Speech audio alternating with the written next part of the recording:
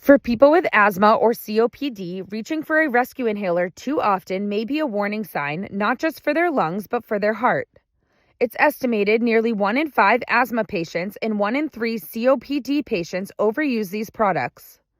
Researchers analyzed real-world health data from more than 280,000 asthma and COPD patients in Belgium.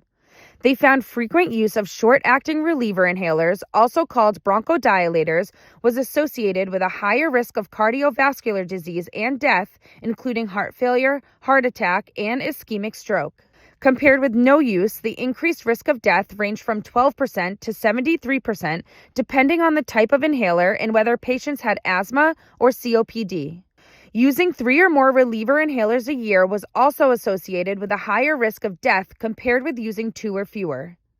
Researchers say these inhalers briefly relax airway muscles but can also cause faster, irregular heart rates. And relying on them too heavily may be a sign that the underlying asthma or COPD isn't well controlled.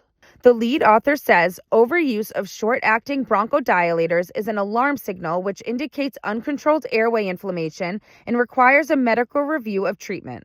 Researchers say overuse should prompt patients to have their lungs checked and healthcare providers to review their treatment, inhaler technique, and adherence.